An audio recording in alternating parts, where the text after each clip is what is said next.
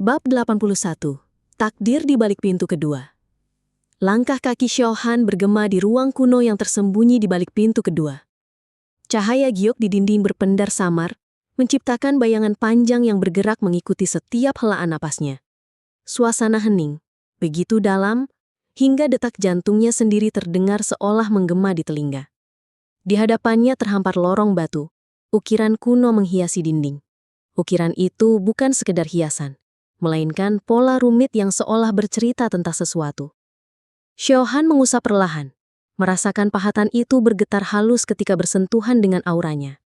Anehnya, meski tak ada ki yang terdeteksi, kekuatan murninya merespon, berdenyut ringan seperti mengenali ukiran tersebut. Apakah ini petunjuk asal-usul kekuatan murni? Gumamnya lirih. Suara bisikan samar kembali terdengar, bukan dari luar, melainkan dari kedalaman jiwanya sendiri. Langkahmu benar, pewaris tak bertuan.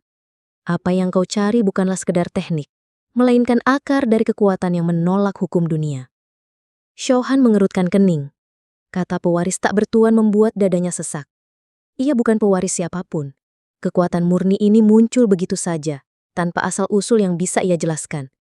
Namun suara itu seakan menegaskan, meski bukan warisan, ia adalah sosok yang dipilih oleh kekuatan itu sendiri. Semakin jauh ia melangkah, lorong itu membuka jalan menuju sebuah haula luas. Di tengah haula, berdiri sebuah pilar hitam yang menjulang seakan menusuk langit-langit gua.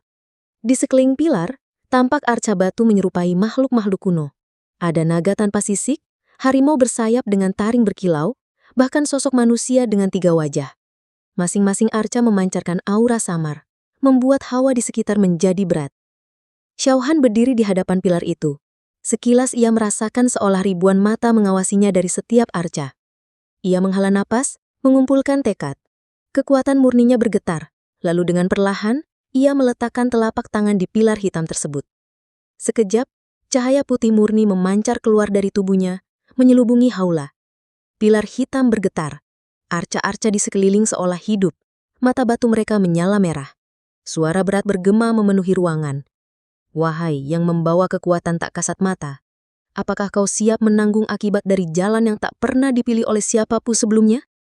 Tubuh Xiaohan bergetar, namun matanya tajam. Ia menatap lurus pada cahaya pilar itu. Aku tidak pernah meminta kekuatan ini, tapi sejak ia datang kepadaku, aku tak akan lari. Jika jalan ini menuntut darah dan pengorbanan, maka biarlah aku yang memikulnya. Haula bergemuruh, pilar hitam memancarkan kilatan, lalu pecah menjadi serpihan cahaya yang melayang mengelilinginya. Setiap serpihan itu menyusup ke dalam tubuh Xiaohan, menyatu dengan kekuatan murninya. Namun di saat yang sama, dari balik arca batu, muncul bayangan-bayangan hitam yang menjelma menjadi sosok-sosok lawan. Tidak seperti ujian sebelumnya, kali ini mereka bukan cerminan dirinya, melainkan makhluk asing yang tak pernah ia lihat sebelumnya. 3 sosok muncul pertama, seekor naga tanpa sisik yang menggeram, harimau bersayap dengan taring berkilau, bahkan sosok manusia dengan 3 wajah yang menggenggam tombak hitam. Xiaohan menggenggam tinjunya. Tubuhnya dikelilingi aura murni yang bergetar liar. Baiklah, kalau ini ujian yang harus kulalui, maka mari kita lihat seberapa jauh kekuatan murni ini bisa menuntunku. 3 makhluk itu melompat bersamaan. Haula kuno berguncang hebat. Pertaruhan besar pun dimulai. Bab 82. Riak di balik kedamaian. Udara pagi di sekte langit abadi begitu tenang. Embun masih melekat di ujung dedaunan dan sinar matahari yang baru terbit menembus celah-celah kabut menciptakan nuansa suci. Namun, di balik ketenangan itu, hati Xiaohan bergejolak. Sejak keluar dari pintu kedua perpustakaan kuno, tubuhnya tidak pernah sama lagi. Kekuatan murni di dalam dirinya seolah berubah menjadi lebih halus, lebih hidup, seakan punya kehendak sendiri. Setiap kali ia menarik napas, energi itu berputar, menyatu dengan aliran darahnya, menyusup ke tulang, bahkan menekan dasar jiwanya. Ini kekuatan yang tak dapat ditafsirkan oleh siapapun, bisik Xiaohan dalam hati. Ia menutup matanya sejenak, merasakan denyut halus itu. Tidak ada unsur api, tidak ada angin, tidak ada petir. Namun satu tarikan kecil saja bisa meluruhkan kekuatan lain. Di saat yang sama, di puncak tertinggi sekte, para tetua tengah bermusyawarah. Tatapan mereka berat, penuh dengan ketidakpastian. Anak itu semakin sulit dipahami, ujar tetua bermata elang dengan suara rendah. Jika dibiarkan, suatu hari kekuatannya mungkin melampaui sekte ini. Tetua berjanggut putih menghela napas panjang. Namun kita tak bisa mengikatnya dengan rantai. Kekuatan semacam itu bila ditekan justru akan menelan balik. Yang dapat kita lakukan hanyalah mengawasi dan bersiap menghadapi kemungkinan terburuk. Sementara itu di kediaman para murid, berita tentang Xiaohan mulai menyebar. Beberapa mengaguminya, menganggapnya sebagai cahaya baru sekte. Namun tak sedikit pula yang memandangnya sebagai ancaman. Lu Feng yang duduk bersila di ruang latihan mengempalkan tangan kuat-kuat. Keringat dingin mengalir di pelipisnya tapi matanya menyala penuh dendam. Xiaohan, aku tidak akan membiarkanmu berjalan sendirian di jalan ini. Suatu hari, aku akan menginjakmu jatuh di hadapan semua orang. Malam kembali turun. Di langit bulan sabit tampak pucah, seolah menatap sunyi. Xiaohan duduk di puncak tebing, menatap jauh ke arah lembah di bawah sana. Hatinya tahu, kedamaian ini hanya sementara. Riak yang kecil akan berubah menjadi gelombang besar. Di kejauhan, sosok berjubah hitam dari aliansi langit gelap kembali menatapnya dari balik kegelapan.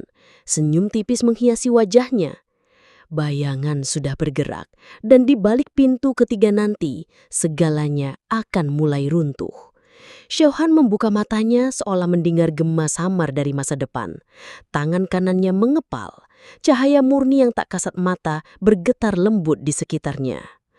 Ujian berikutnya sudah menanti. Bab 83. Jejak gelap aliansi.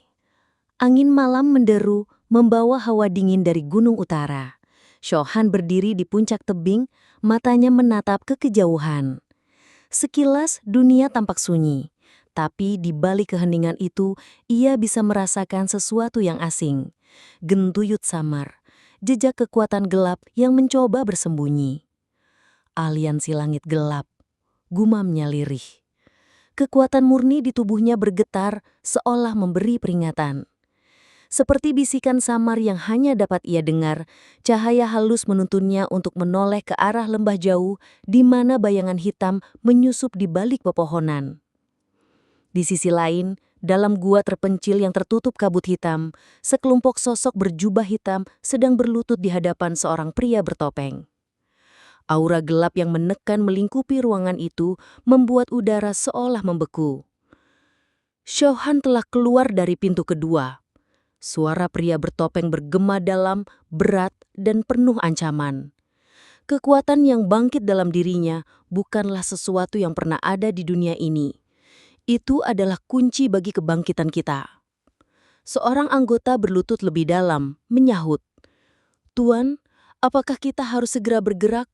Sekte Langit Abadi pasti akan menjaganya ketat. Jika kita menunggu terlalu lama, kesempatan bisa lenyap. Pria bertopeng menggeleng perlahan. Tidak, anak itu belum matang. Biarkan ia tumbuh. Biarkan ia membuka semua pintu rahasia.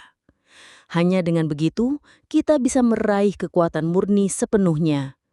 Untuk saat ini, kirimkan bayangan. Awasi setiap langkahnya. Bila perlu, singkirkan siapapun yang mendekatinya. Kabut hitam di dalam gua semakin pekat, suara-suara lirih seperti jeritan ruh terperangkap menggaung di udara.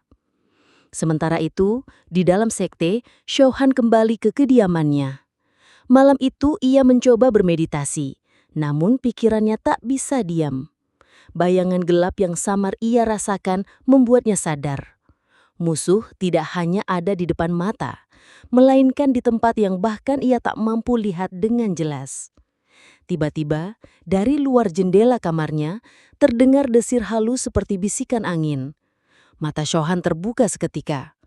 Tubuhnya bergerak cepat melompat keluar hanya untuk menemukan sehelai kertas hitam yang menempel di tiang kayu. Tangannya meraih kertas itu. Begitu disentuh, kertas tersebut terbakar sendiri, meninggalkan tulisan berwarna merah darah di udara. Kami melihatmu. Napas Xiaohan tercekat. Aura dingin menjalar dari tengkuk hingga tulang belakangnya. Ia tahu, jejak aliansi langit gelap sudah terlalu dekat. Dalam hatinya, Xiaohan berjanji, "Kalau kalian ingin bayangan, maka aku akan menyalakan cahaya. Dan cahaya ini akan menelan gelapmu." Di kejauhan, sosok berjubah hitam yang tadi meninggalkan pesan berdiri di atas cabang pohon. Matanya bersinar merah samar, senyum dingin terukir di wajahnya. Malam itu, dunia tampak sunyi. Namun takdir sudah bergerak. Jejak gelap aliansi mulai mengelilingi Xiaohan satu demi satu. Bab 84, Bayangan yang mengintai. Malam merambat sunyi, cahaya bulan tertutup mendung, meninggalkan sekte dalam bayangan kelabu. Xiaohan berdiri di halaman kediamannya, tubuhnya tegak, namun setiap inderanya terjaga penuh. Kertas hitam yang terbakar tadi bukan sekadar ancaman, itu adalah jejak nyata bahwa mata musuh sudah menembus dinding sekte. Angin malam membawa suara ranting patah yang samar. Xiaohan mengerutkan dahi. Dengan tenang, ia memusatkan napas, membiarkan kekuatan murni meresap hingga ke aliran darah.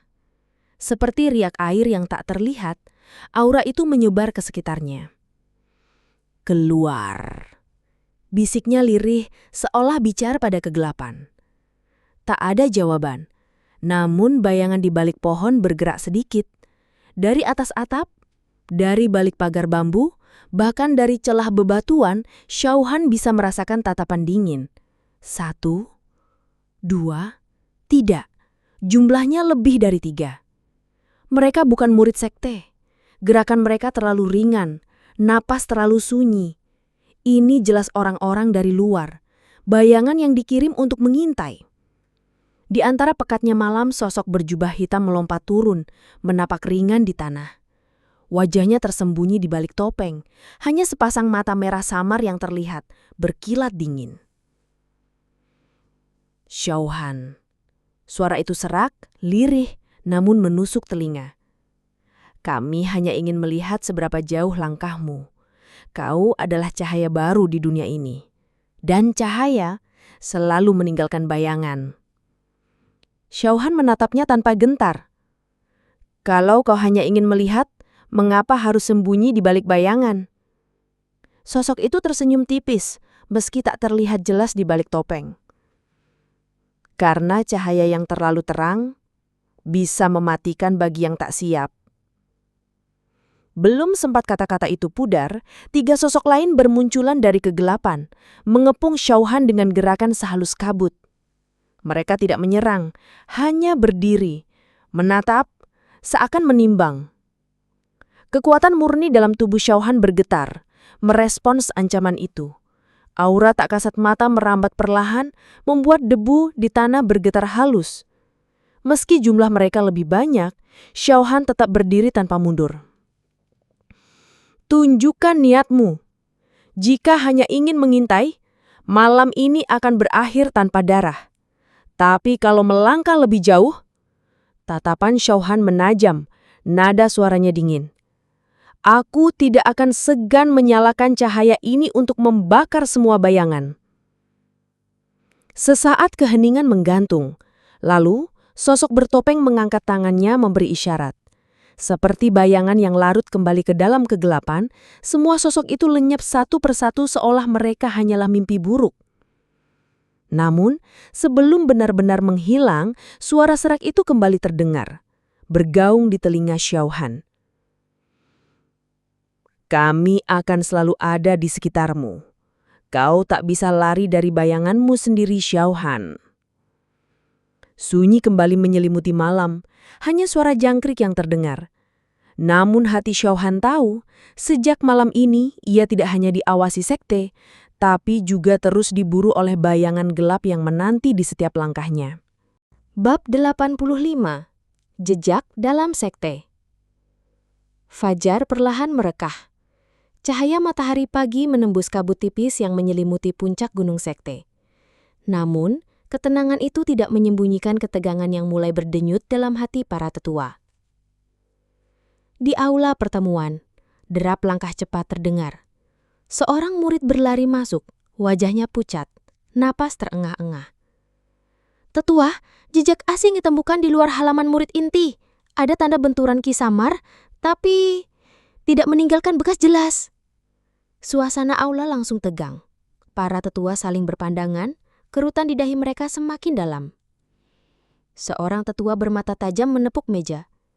Ini wilayah inti sekte. Bagaimana mungkin penyusup bisa masuk tanpa ada yang sadar? Tetua berjanggut putih menghela napas panjang, matanya menutup sejenak seakan sedang meraba sesuatu yang jauh lebih besar. Jejak itu bukan ki biasa. Aku bisa merasakannya samar-samar, seperti bayangan yang meresap ke bumi. Mereka yang datang bukan orang sembarangan. Ini jelas tangan dari aliansi luar. Murid-murid yang mengawal bagian keamanan sekte menunduk dalam-dalam. Tubuh mereka bergetar karena rasa bersalah.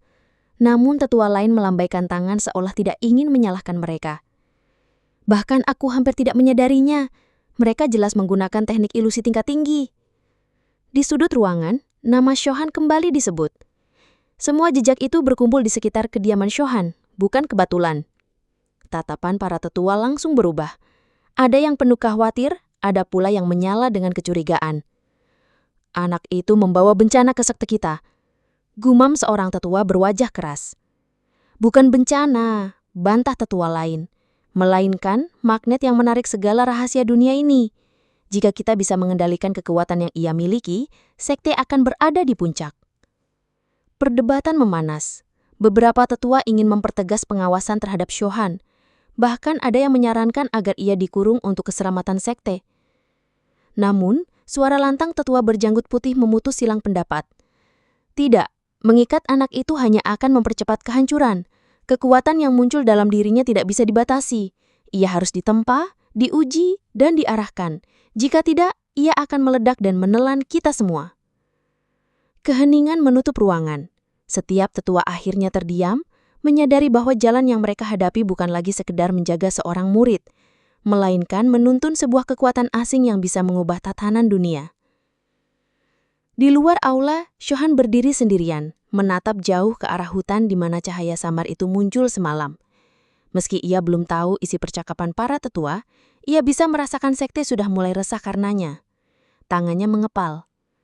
Bayangan sudah menjejak di sekte. Itu berarti waktuku semakin singkat. Aku harus menemukan kebenaran kekuatan ini sebelum mereka menemukanku. Angin pagi berhembus, dari kejauhan gong sekte dipukul 3 kali. Tanda ada pengumuman besar. Shohan menoleh, matanya menyipit. Sesuatu akan segera terjadi. Bab 86. Pengumuman besar sekte. Bunyi gong 3 kali menggema dari puncak menara sekte. Dentumannya berat, bergetar hingga ke dasar lembah, membuat burung-burung liar terbang berhamburan dari hutan sekitar. Semua murid, baik murid luar, inti, bahkan para penjaga, serentak mengangkat kepala. Gong ini hanya dibunyikan ketika ada hal luar biasa. Di halaman utama sekte, ribuan murid mulai berkumpul. Suasana hiruk-pikuk bergemuruh. Bisikan-bisikan penuh tanda tanya memenuhi udara. Apa yang terjadi? Jangan-jangan sekte akan mengadakan ujian baru? Aku dengar semalam ada penyusup masuk. Mungkinkah ini terkait? Di antara kerumunan, Shohan berdiri tenang meski hatinya bergetar. Ia tahu, jejak bayangan semalam pasti menjadi penyebab. Namun, apa yang akan diumumkan para tetua? Tak lama, gong berhenti. Keheningan tegang menyelimuti. Dari arah aula agung, para tetua melangkah keluar satu persatu.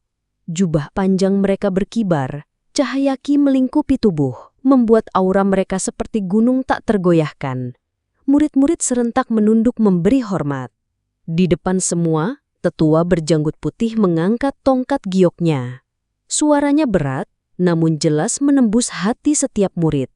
Dengarkan baik-baik.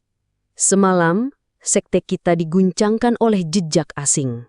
Meski tidak menimbulkan kerugian, itu adalah peringatan bahwa bahaya dari luar telah mendekat ke pintu kita.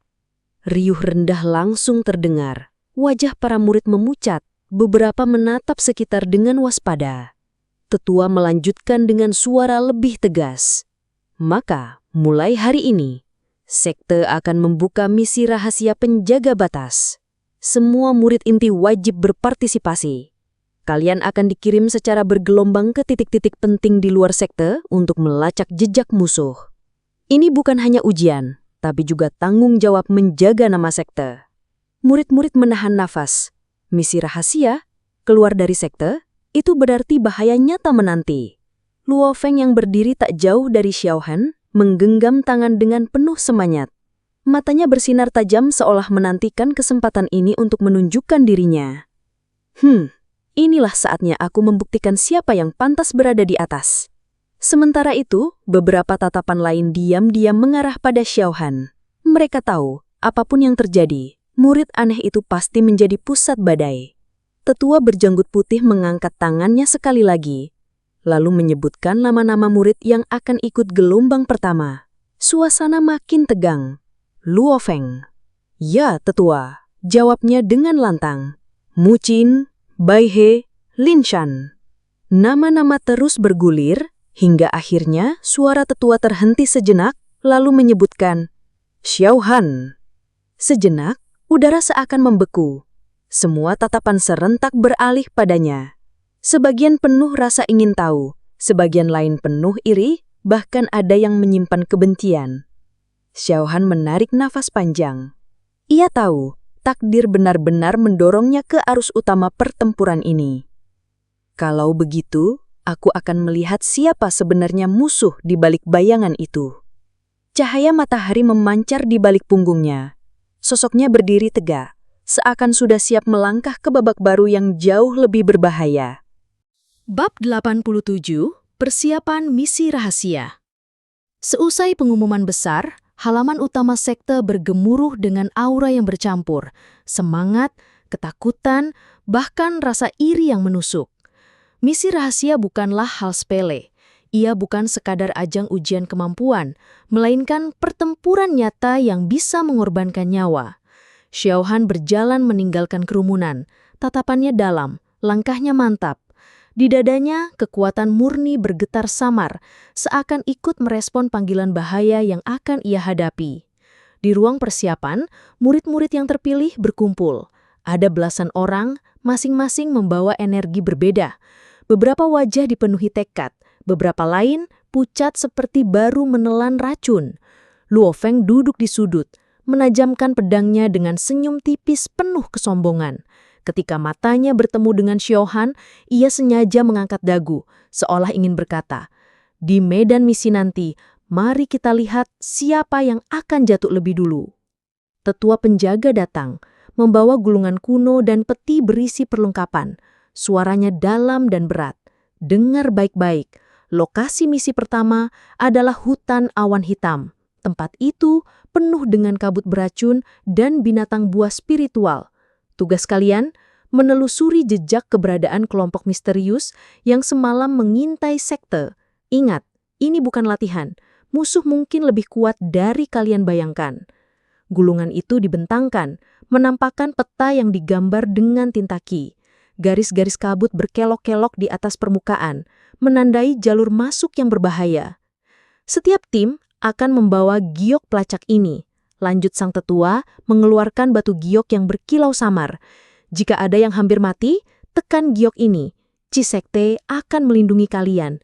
Namun, sekali digunakan, kalian otomatis dianggap gagal. Suasana semakin tegang. Xiaohan menerima giok itu, menggenggamnya erat. Sentuhan inginnya membuat tubuhnya bergetar. Dalam diam, kekuatan murni dalam dirinya bergolak pelan, seakan bereaksi pada benda itu.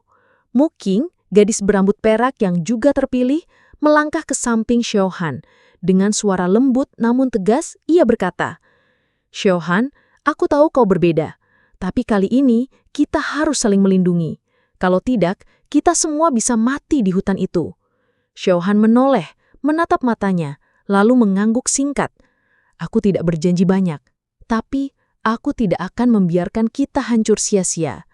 Di sisi lain, Luo Feng mendengus pelan. Jelas tidak suka melihat kedekatan itu. Aura tajamnya melintas seperti bilah pedang yang hampir tak terdengar. Tetua menutup gulungan, lalu berkata lantang, waktu kalian hanya 3 hari untuk bersiap. Kumpulkan ramuan penawar, pil pemulihan atau senjata yang kalian butuhkan. Setelah itu, kalian akan berangkat. Ingat, misi ini akan menentukan siapa yang layak naik ke peringkat inti yang lebih tinggi dan siapa yang akan dikubur di hutan kabut. Kata-kata itu jatuh bagaikan palu ke dalam hati semua murid. Xiaohan menggenggam tangannya erat. Ia tahu, misi ini bukan hanya tentang sekte, tapi juga tentang misteri kekuatan murni yang mulai menuntunnya. Bab 88. 3 hari persiapan. Hari pertama selepas pengumuman, sekte terasa jauh lebih sibuk daripada biasanya. Jalan-jalan dalam kompleks dipenuhi murid yang bergegas mencari ramuan, pil, bahkan senjata.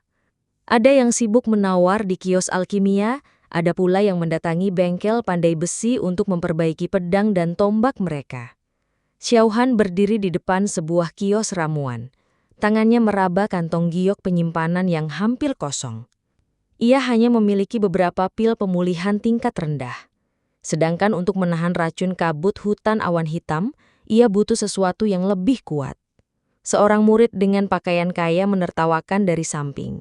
Hahaha, Xiaohan, meski kau dianggap bertalenta, kalau tidak punya harta, apa yang bisa kau bawa masuk ke misi nanti? Jangan sampai kau mati konyol hanya karena kabut racun sederhana. Xiaohan tidak menjawab. Ia hanya mengambil sebotol kecil ramuan penawar kabut, lalu menaruh beberapa koin emas spiritual di meja.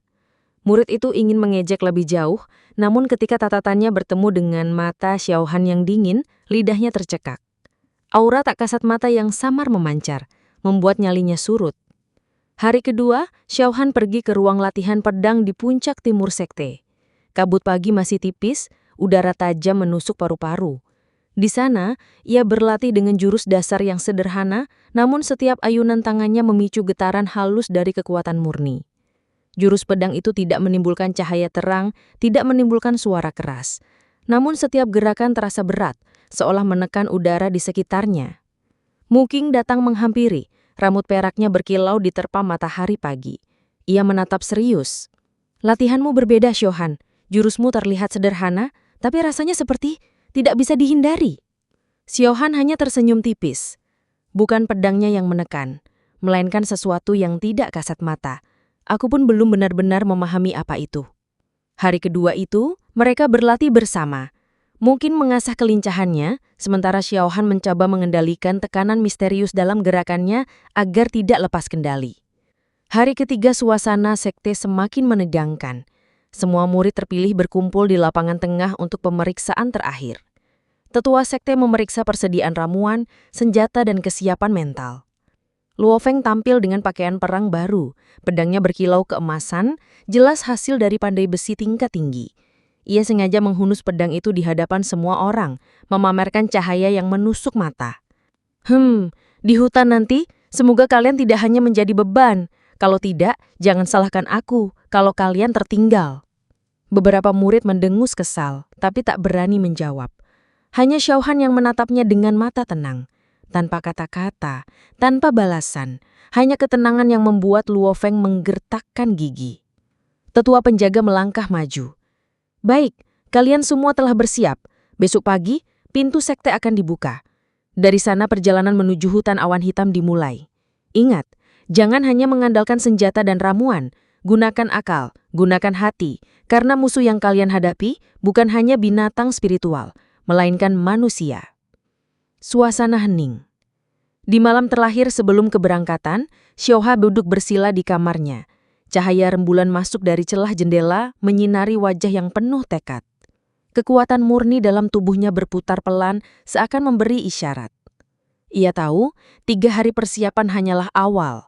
Yang menantinya di hutan awan hitam akan jauh lebih kejam. Bab 89 menuju hutan awan hitam. Fajar baru saja merekah, namun suasana di halaman utama Sekte Surya Langit sudah dipenuhi hiruk-pikuk. Barisan murid yang terpilih berdiri rapi, masing-masing mengenakan pakaian tempur dan membawa senjata. Udara pagi terasa berat, seakan ikut menekan dada setiap orang yang hadir. Di depan mereka, berdiri para tetua dengan wajah serius. Tetua berjanggut putih mengangkat tongkatnya, suaranya bergema ke seluruh lapangan. Perjalanan menuju hutan awan hitam bukanlah perjalanan biasa. Di sana, kabut racun akan menguji tubuh kalian. Binatang spiritual akan menguji tenaga kalian.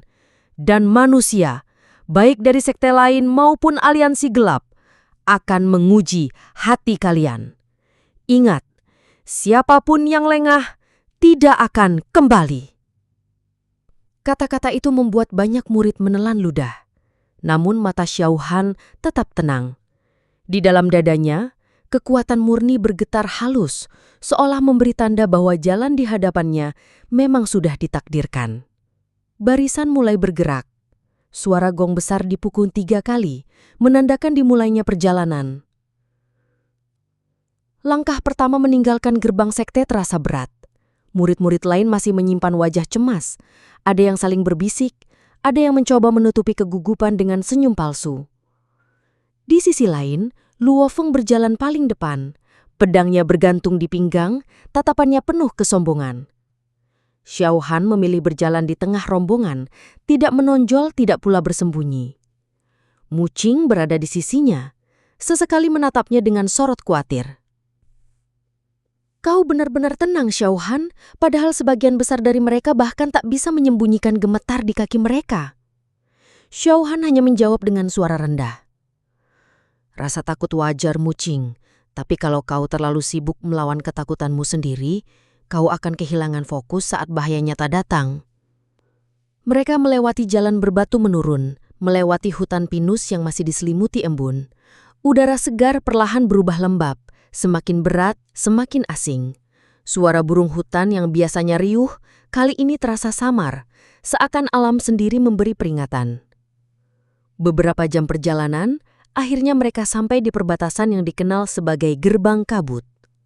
Di hadapan mereka terbentang jurang luas, dan di baliknya tampak kabut hitam tebal bergulung, menutupi seluruh lembah yang menjadi pintu masuk ke hutan awan hitam. Kabut itu berputar perlahan, seolah hidup, seolah siap menelan siapa saja yang berani melangkah masuk.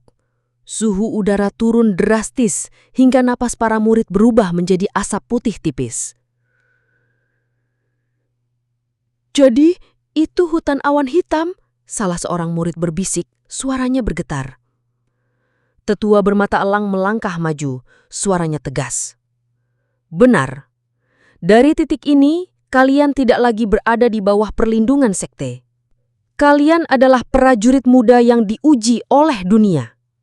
Ingat, gunakan 3 hari persiapan kalian sebaik mungkin. Saling jaga atau mati sendirian. Hening. Tidak ada yang berani bersuara lagi. Xiao Han mengangkat wajahnya, menatap kabut hitam pekat itu. Di balik gulungan kabut, dia merasa ada sesuatu yang menunggunya. Sesuatu yang berkaitan dengan kekuatan murni dalam tubuhnya. Jantungnya berdegup, bukan karena takut, melainkan karena firasat bahwa di dalam hutan itu rahasia besar akan terbuka. Dengan langkah tegap, ia maju selangkah mendahului sebagian murid lain. Kalau memang jalan ini harus kulewati, maka biarlah aku berjalan di depan takdirku sendiri. Mu Qing menatapnya sejenak, lalu ikut maju di sampingnya. Rombongan murid mulai bergerak perlahan, satu persatu menyeberangi jurang dengan jembatan spiritual yang dibangun para tetua. Kabut hitam menyambut mereka dengan dingin menusuk tulang. Perjalanan menuju hutan awan hitam baru saja dimulai. Bab 90. Bisikan dalam kabut hitam. Kabut hitam menyelimuti sekeliling. Begitu tebal hingga jarak pandang tak lebih dari 3 langkah. Setiap hembusan angin membawa hawa dingin yang menusuk tulang, seolah menyerap kehangatan dari tubuh siapapun yang berani melangkah masuk. Langkah pertama rombongan terdengar pelan. Sepatu menyentuh tanah lembab yang licin oleh embun dan sisa kabut beracun. Sunyi. Tidak ada suara serangga, tidak ada kicau burung, bahkan suara ranting jatuh pun lenyap, ditelan kabut. Seakan seluruh kehidupan di dalam hutan itu telah terdiam. Murid-murid mulai saling pandang dengan gelisah. Ada yang menggenggam senjata terlalu erat hingga jemarinya memutih. Ada yang melirik ke belakang, berharap masih bisa melihat cahaya sekte di kejauhan. Namun, kabut sudah menelan semua. Yang tersisa hanyalah kegelapan. Muking berbisik di samping Shohan, suaranya bergetar. Tempat ini seakan menolak manusia. Shohan hanya mengangguk pelan. Matanya menyipit, tubuhnya rileks namun waspada. Di dalam dirinya, kekuatan murni berdenyut halus, merespon kabut itu dengan cara yang aneh. Bukannya melemah, malah seolah tertarik bergetar seperti sedang menyapa sesuatu yang tersembunyi di dalam kegelapan. Lalu, suara itu terdengar. Masuklah, masuklah lebih dalam. Bisikan samar tak jelas datang dari mana. Awalnya hanya terdengar oleh sebagian murid, namun dalam hitungan detik, hampir semua merasa telinganya digelitik. Beberapa murid langsung pucat. Ada yang menutup telinga. Ada yang menghunus pedang dengan panik. Diam, diamlah, aku tidak ingin mendengarnya lagi. Kekacauan mulai pecah, barisan longgar. Sebagian murid kehilangan fokus. Namun di tengah kabut, Shohan tetap berdiri tegak. Kekuatan murninya bergetar semakin kuat, seakan menolak bisikan itu. Bukannya menolak, malah kekuatan itu berbalik, seperti menyerap suara aneh itu ke dalam dirinya. Jadi, ini ujian pertama di dalam hutan awan hitam. Gumamnya pelan. Ia melangkah maju, lalu menatap murid-murid lain yang mulai goyah. Suaranya datar namun bergema jelas. Pegang pedangmu, pegang tombakmu, jangan biarkan suara asing menuntunmu. Ingat, kalau kau goyah, kabut ini akan menelanmu hidup-hidup. Suara Shohan seolah membawa sedikit ketenangan. Beberapa murid mulai mengatur napas, meski wajah mereka masih pucat. Tiba-tiba, dari dalam kabut, seberkas cahaya biru samar muncul. Berkilau, bergerak perlahan, seakan memanggil murid-murid yang lemah mentalnya langsung terpikat. Melangkah ke arah cahaya itu tanpa sadar. Shohan sempat menahan napas. Matanya menajam. Tubuhnya bersiap. Ia tahu, cahaya itu bukan pertanda baik. Sesuatu bersembunyi di balik itu. Namun langkah murid yang sudah terpikat tak bisa dihentikan begitu saja. Mereka mendekat, kabut semakin berputar, dan dari dalam gulungan kabut hitam pekat, tampak sepasang mata merah menyala terbuka.